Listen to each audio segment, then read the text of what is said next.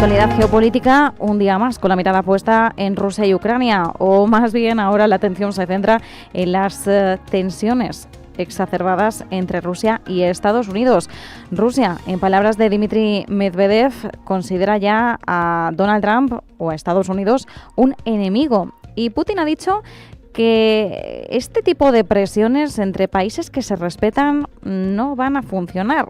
No sabemos si con esto está diciendo que Rusia respeta a Estados Unidos y que por tanto no obedecerá a este tipo de presiones, pero bueno, se pueden hacer muchas lecturas. Lo que sabemos es que ahora Rusia está poniendo mano dura después de las sanciones por parte de Estados Unidos sobre Rosneft y Lukoil, un golpe duro a la financiación de guerra rusa. Mientras tanto, sabemos que la deuda en Estados Unidos se dispara, ya supera los 38 billones de dólares en plena parálisis política. El segundo cierre más largo de la historia se está viviendo en estos momentos y llevamos ya 23 días de cierre gubernamental. Saludamos a Moisés Ruiz, profesor en la Universidad Europea, experto en liderazgo y comunicación. Moisés, ¿qué tal? ¿Cómo estás? Buenas noches, encantado. Muchas gracias por acompañarnos y también está con nosotros Miguel Ángel Temprano, gestor independiente. ¿Qué tal estás, Miguel Ángel?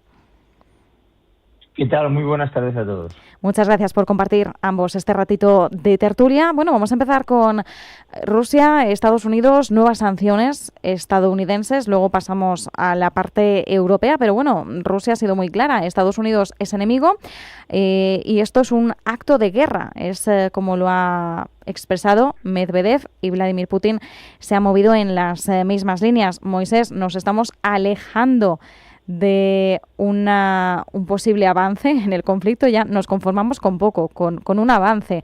Luego entraremos también en el detalle de la cumbre cancelada, pero bueno, esto ha sido un golpe sobre la mesa por parte de Estados Unidos, un intento por parte de Donald Trump de ejercer una presión y no sabemos si Rusia va a obedecer a esta presión.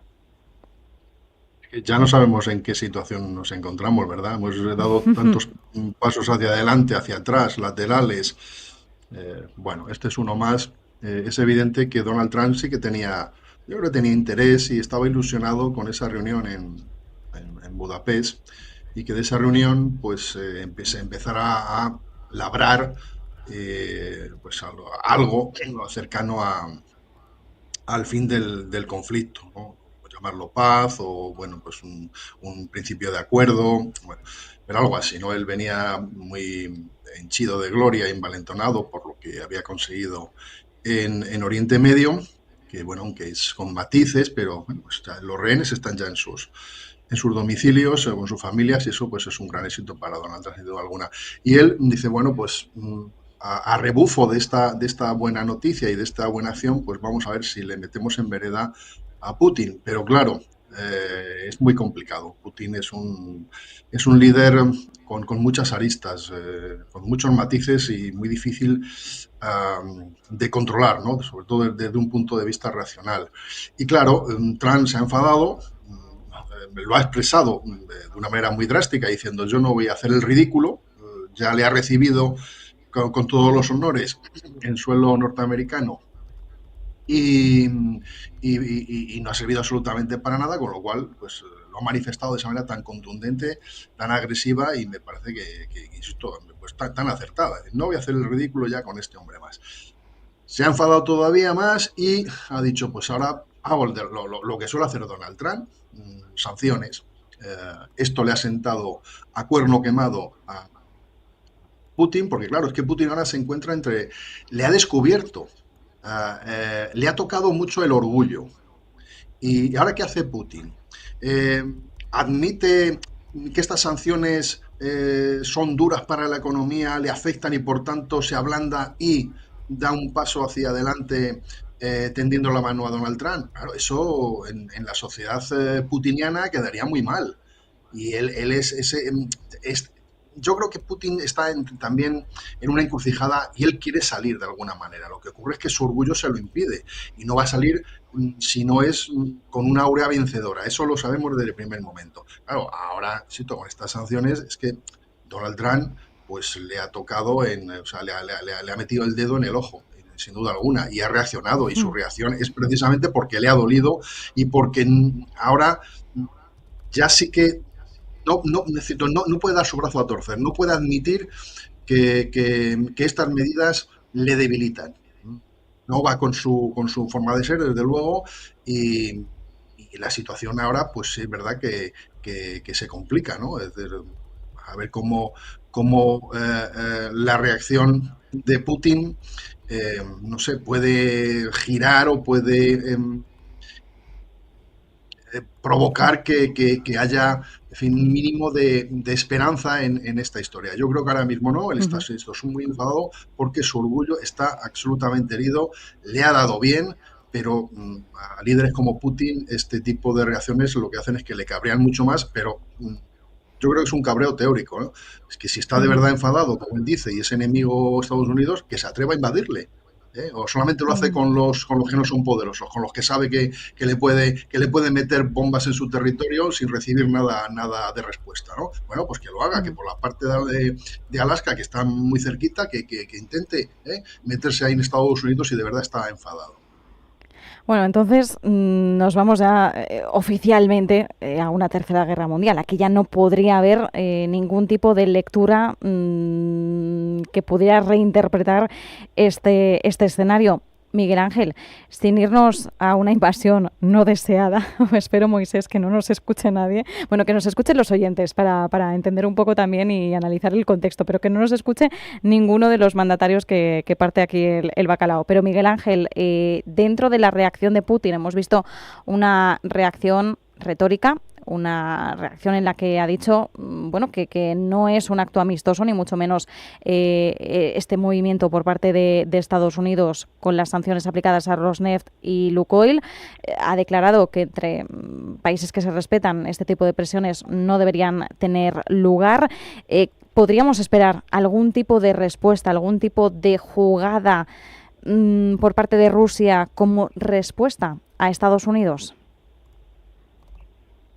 No, y te voy a decir por qué. Vamos a ver, este enfrentamiento primero vamos a ver si es duradero o no, porque al final Trump, yo creo que lo que se ha dado cuenta es que el otro le está tomando el pelo.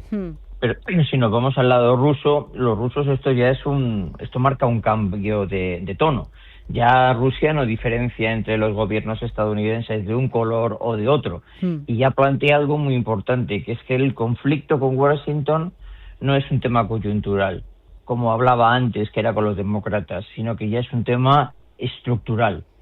Entonces, ellos además han considerado y han declarado como tal que esto es una parte de una guerra híbrida y que esa guerra híbrida va contra su soberanía. Pero poco tienen que hacer, porque al final de cuentas no nos olvidemos de que si Rusia no ha avanzado en el frente ucraniano, no es porque no quiera, sino porque no puede. Por lo tanto, si tú consideras que tus relaciones con los norteamericanos están acabadas y, por supuesto, no vas a ir a una guerra porque la tienes perdida de antemano, no nos olvidemos, lo digo muchísimas veces para que quede muy claro, el ejército ruso es un ejército ahora mismo pequeño y con una capacidad armamentística limitada, única y exclusivamente posee un arsenal atómico de armas atómicas que está obsoleto. El único problema es que no hace falta que lances 1000 bombas. Con que lances 2 o 3 ya es suficiente. Pero el tamaño de su ejército es el tamaño del ejército inglés, que en términos norteamericanos es muy pequeño y está con un armamento muy, muy deficitario. Entonces, Rusia no tiene ninguna capacidad. Entonces dice, bueno, ¿y a qué viene estas alaracas que han lanzado?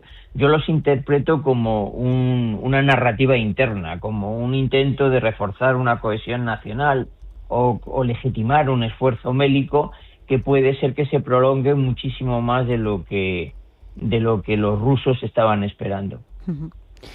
Esto es importante porque además, bien nos señalabas al principio, Miguel Ángel, bueno, habrá que ver en qué queda este enfrentamiento, si dura, no perdura, porque además, bueno, entre los bandazos de Donald Trump y también que Putin podría, en este caso, en vez de un taco, sería un paco, Putin always chickens out, pero realmente no es cierto, no siempre, pero bueno, podríamos hablar de un concepto en el que Putin a lo mejor dé un paso atrás según también vea la postura de Estados Unidos. Vamos a ver cómo avanzamos en estos términos, pero ahora tenemos por otro lado a Europa. Consejo Europeo, en el que hemos destacado sobre todo que no es un Consejo Europeo solo que ronde en torno a Ucrania o incluso en torno al clima, que estaban tardando mucho en llegar a ese tema porque el asunto ucraniano ha llevado gran parte de la sesión, como es lógico. Era más bien un Consejo Europeo ya más centrado en la supervivencia de Europa, una supervivencia sólida sin Estados Unidos, en este caso actualmente sin Donald Trump. Han avanzado hacia ese 19º paquete de sanciones, pero no hay avances por el momento respecto a descongelar los activos rusos. Bélgica está suponiendo un bloqueo importante, citando también temores a algún tipo de represalia legal. Moisés, en Europa nos sigue costando mucho avanzar con una única voz, pero hay una voluntad firme de seguir adelante, tanto por parte de las sanciones, que esta vez han atacado al gas natural licuado y a la flota fantasma rusa, como también en activar ya el mecanismo de los activos rusos para financiar ese apoyo, ese sustento militar que necesita Ucrania cuando nos acercamos al 4.º año de conflicto. ¿Avanzaremos en esos términos o no? Bueno, Europa, a ver, está avanzando lentamente en todo. Esto le ha venido bien. Yo creo que el desafecto con Donald Trump nos ha venido bien, pues para despertar y para darnos cuenta que ya es hora de que seamos mayorcitos y que no dependamos en fin, las ayudas que nos dan nuestros papás, ¿no? En este caso, Donald Trump y Estados Unidos. Entonces, yo creo que está reaccionando lentamente, pero en buen camino. A ver, estar asustada por lo que pueda hacer Putin, pues como decía Miguel Ángel, si no ha sido capaz de domeñar un país teóricamente pequeño como Ucrania, no sé, esos temores de que Putin pueda seguir invadiendo más países de Europa. No sé, no creo que Putin quiera seguir haciendo el ridículo, porque para mí lo está haciendo en Ucrania. Y vamos a ver, porque esto cambia cada semana, llevamos ya mucho tiempo hablando de estos asuntos y cada semana pues nos aparece alguno nuevo y tenemos que comentarlo. Entonces vamos a ver ahora este desencuentro retórico, en principio, y esperemos que siga siendo así, ¿no? Yo no deseo tampoco ninguna invasión, ¿no? Pero yo creo que es retórico entre Sí. Donald Trump y Putin. Y vamos a ver esto como... Porque, bueno, si tú haces enemigos, pues luego, en fin, pues ahora Donald Trump se da cuenta de que efectivamente Europa pues no iba tan desencaminada y no era tan malvada cuando sancionaba a Putin y mira, pues esto igual nos acerca, ¿no? Lo que está claro es que lo que le ha dolido a Putin ha sido las sanciones de Estados Unidos. No le duele tanto las sanciones de Europa. Es decir, somos un poquito tímidos a la hora de sancionar a Putin porque es ciertamente que hay países pues todavía son rusodependientes, ¿no? Menos, pero siguen siendo rusodependientes y tienen cierto miedo a incrementar este tipo de sanciones que les puedan perjudicar en su economía. Pero bueno, yo soy optimista,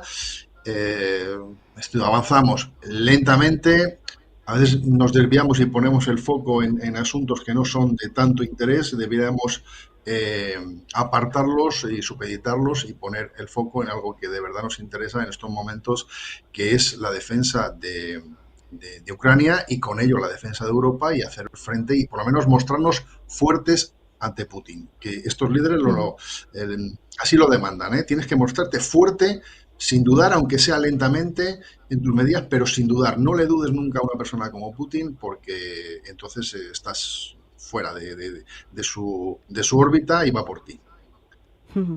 Desde luego, no es un líder que admita ningún tipo de dudas ni titubeos, bueno, en línea también con el estilo de Donald Trump. Por cierto, mientras hablábamos, Bélgica parece dispuesta a aceptar una versión reducida del plan de préstamo a Ucrania. Veremos en qué queda, pero por el momento esto es lo último que sabemos. Y también un avión de combate ruso ha cruzado Lituania, mientras los principales líderes estaban reunidos en este Consejo Europeo discutiendo la nueva ayuda a Ucrania.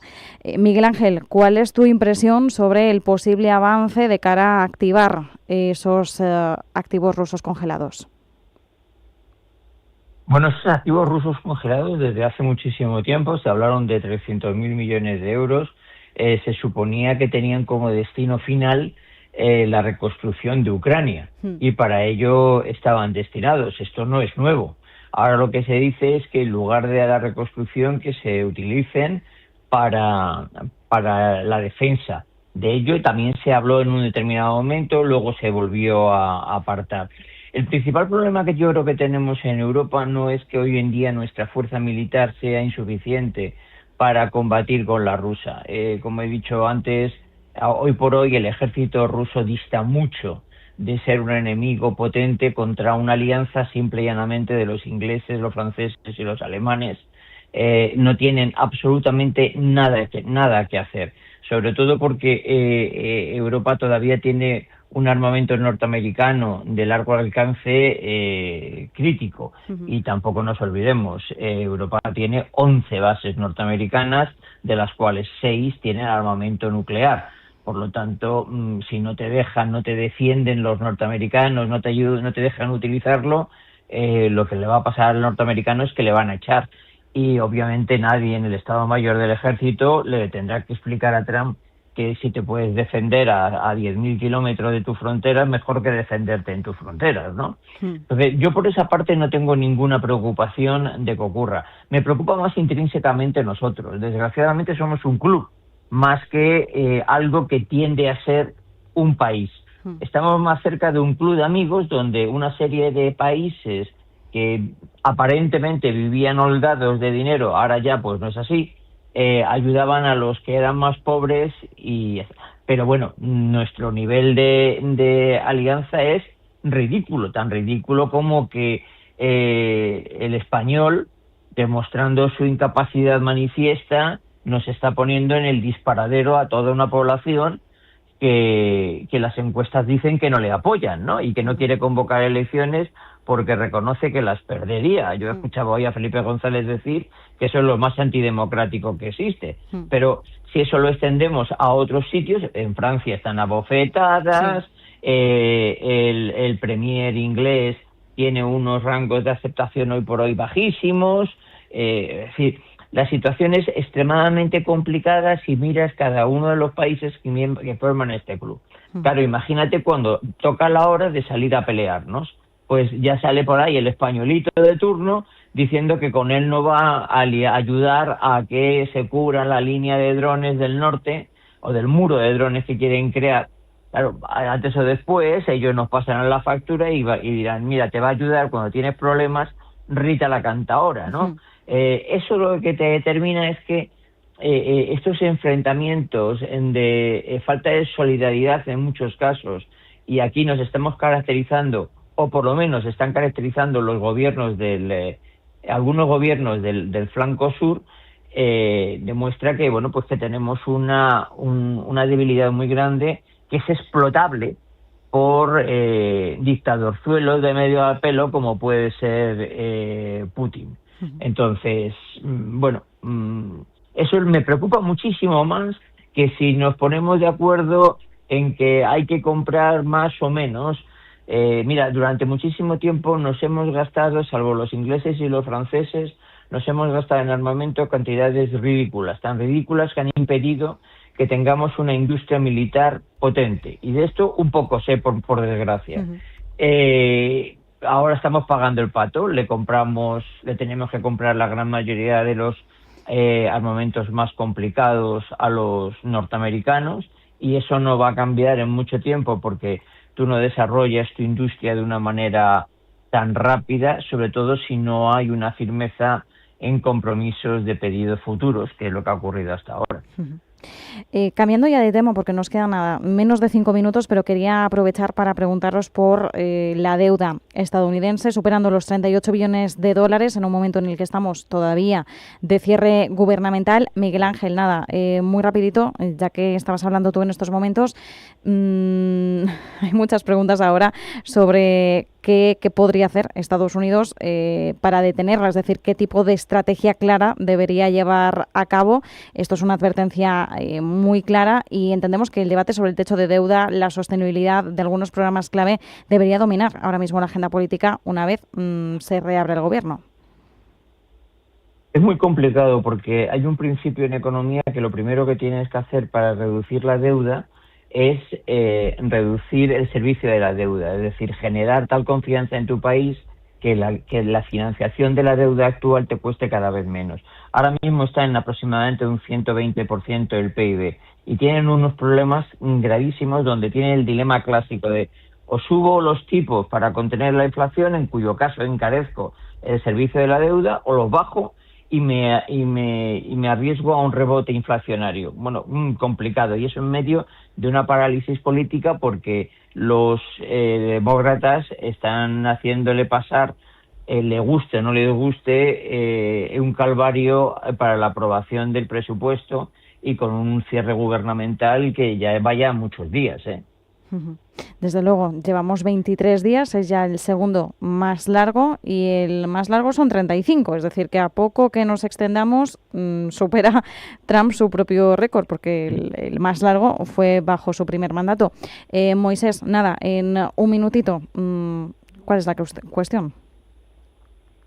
Es que es una situación muy delicada, porque una elevada deuda, bueno, que imaginar que que si una persona tuviéramos una deuda muy elevada, es decir, que no fuéramos capaces de dominarla con los ingresos, pues no podríamos hacer prácticamente nada, ¿no? Ni podríamos viajar, ni podríamos invertir, ni podríamos comprar, en fin, mejoras para la casa. Pues en un estado le ocurre lo mismo. Y si esto además añades la disputa política, que ya son estos 20 y tantos días con este cierre gubernamental, que es inaudito que un país tan poderoso como Estados Unidos, con tanta influencia en el mundo, esté en esta situación interna tan delicada y tan extremadamente débil, pues en fin, poco tiene que hacer. Es decir, hay que mejorar la calidad de ingresos.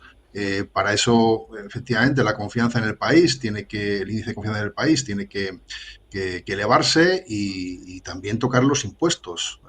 Es otro tema que, en fin, yo no sé si Donald Trump estará preparado para elevar los impuestos, pero es otra de las medidas con las que se combate deuda, ¿no? Aumentar ingresos, elevar impuestos y, por supuesto, eliminar duplicidades, ¿no? Que creo que en eso estaban, y es una de las cosas que han enfadado a los demócratas. Bueno, pero básico y prioritario que se pongan de acuerdo entre ellos y se acabe ya esta disputa política que está de verdad debilitando mucho al país.